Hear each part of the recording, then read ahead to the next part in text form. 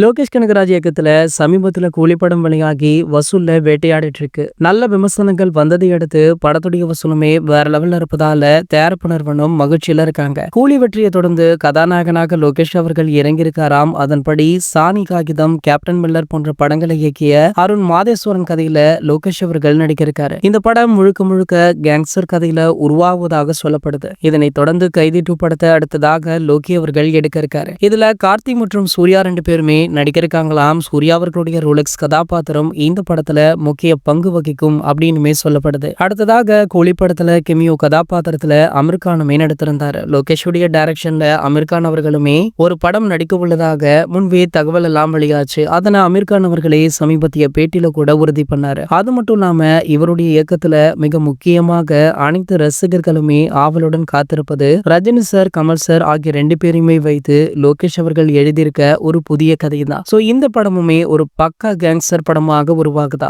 இந்த படத்தை மிக பிரம்மாண்டமாக நம்ம கமல் அவர்களுடைய ராஜ்கமல் பிலிம்ஸ் இன்டர்நேஷனல் தான் தயாரிக்கிறாங்க. சோ அது மட்டும் இல்லாம இந்த படத்திற்கான பேச்சுவார்த்தைகளுமே கிட்டத்தட்ட முடிவடைந்து விட்டுதான். கூடிய விரைவில் கூட இந்த படத்தை ஸ்டார்ட் பண்ண வாய்ப்பு இருக்கு. காரணம் என்ன அப்படின்னு பாத்தீங்கன்னா, கமல் சார் தரப்புல இருந்து அடுத்த லோகேஷுடன் படம் பண்ணியே ஆக வேண்டும் அப்படின்னு அழுத்தமுமே கொடுக்கப்பட்டு வருதா. ஆகையால் அவருடைய ஆஸ்தான நாயகனின் விருப்பத்துக்கேற்ப அடுத்த படத்தை ரஜினி சாரையும் கமல் சாரையுமே வைத்து நம்ம லோகேஷ் இயக்க கூட வாய்ப்பு இருக்கு. இது போன்ற சினிமா செய்திகளை பற்றி நீங்க உடனே தெரிஞ்சுக்க நம்மளுடைய சேனலை மறக்காம சப்ஸ்கிரைப் பண்ணிக்கோங்க.